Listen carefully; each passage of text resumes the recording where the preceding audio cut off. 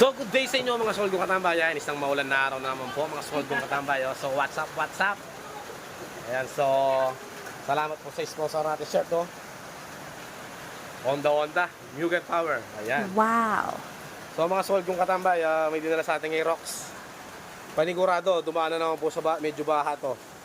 Ngayon ang ginagawa natin dalawang click. At saka mga error sa mga epay. So dito mga bossing ko, ito yung Aerox na sinasabi ko. Ayan, i-on natin. So mapapansin nyo wala siyang error or check engine. So i-start natin mga boss.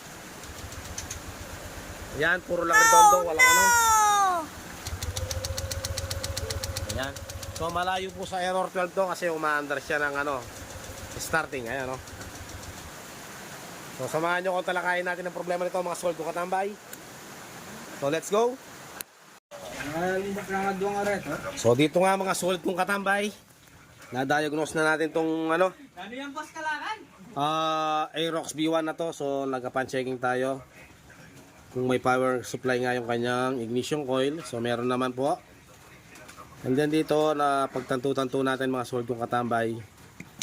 Ayan, chinek natin yung kanyang fuel pump. So kung mapapansin nyo mga boss, ibabalik natin muli yung kanyang mga wire. So kaya kinalas natin to kasi nagsubok tayo ng ano, ibang pump. Kaya dito natin na ano, na nasigurado na sira yung kanyang pump.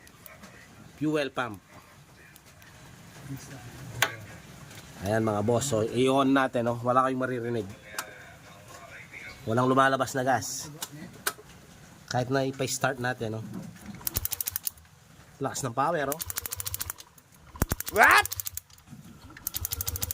So yun nga mga soldong katambay, so gastos malala to. Oh no! Ngaray ko, paldo.